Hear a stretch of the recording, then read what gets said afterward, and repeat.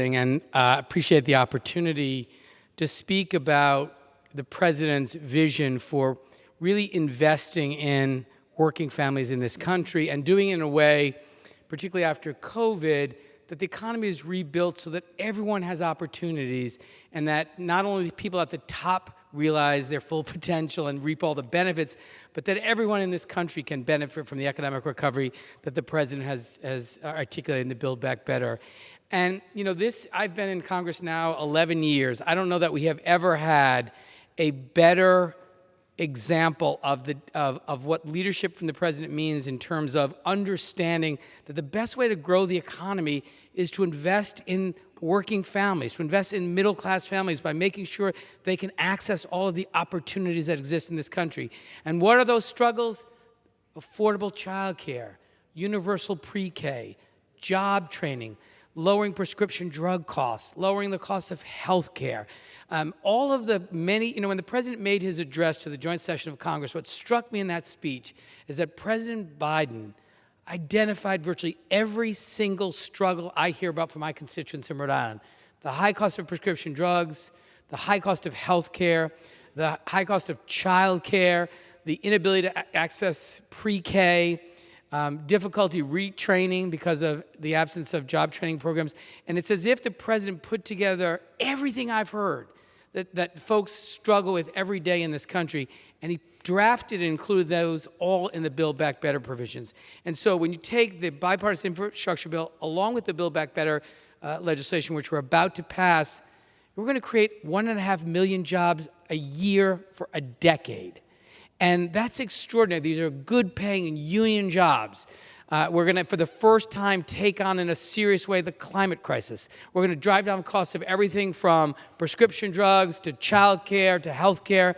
And the best part about it is it's paid for by making sure the wealthiest people in this country and the most profitable corporations pay their fair share. My constituents pay their fair share. They expect everyone to do the same. And so we have this extraordinary investment in working families that are going to give people an opportunity, remove so many of the obstacles that allow folks to return to the workforce, particularly women who are devastated by the pandemic, particularly devastated. And so if we did the bipartisan infrastructure bill alone, a lot of that economic recovery would escape women in this country. And the Build Back Better provisions are going to ensure many of those obstacles that prevent women from re-entering the workforce are addressed so that our economy can realize the full benefit of the extraordinary talent of women in the workforce.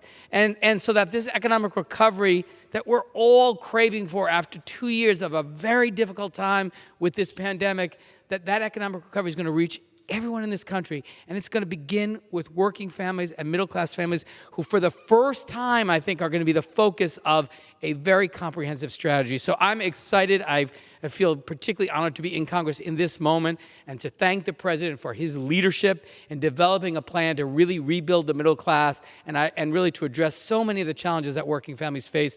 I thank you for giving me an opportunity to speak during this special order hour and look forward to the passage of the Build Back Better and all it's going to mean for families in my state and all across this country. And I thank the gentlelady. Thank you very much. I do love it when this president always says, we are going to rebuild this economy from the bottom up and the middle out, because that's exactly who he is focused on, and he is focused on giving us the opportunities, my constituents as well. You know, my constituents, there could not be two states that are different, more different than Rhode Island and New Mexico, but these are the same things we hear in New Mexico, and we are addressing those in the Build Back Better, and I can't be more excited as a freshman to be able to be here on the floor of the House and to vote for the American Rescue Plan, because that really was the first step.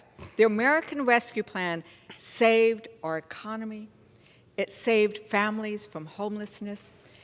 It lowered hunger. It addressed the pandemic by giving us the vaccine. The second step was the infrastructure bill, right? And we talked earlier about how last Thanksgiving we were not apart. This Thanksgiving we were together because of the American Rescue Plan. But the infrastructure bill, that is about repairing our infrastructure, which has been too long ignored. And then this last one, Build Back Better. I am just overjoyed that I get to serve in Congress in this historic moment to work on these things that will be benefiting my grandchildren and their grandchildren. I want to leave them with this beautiful place we call home intact. And with that, Madam Speaker, I yield back. The gentlewoman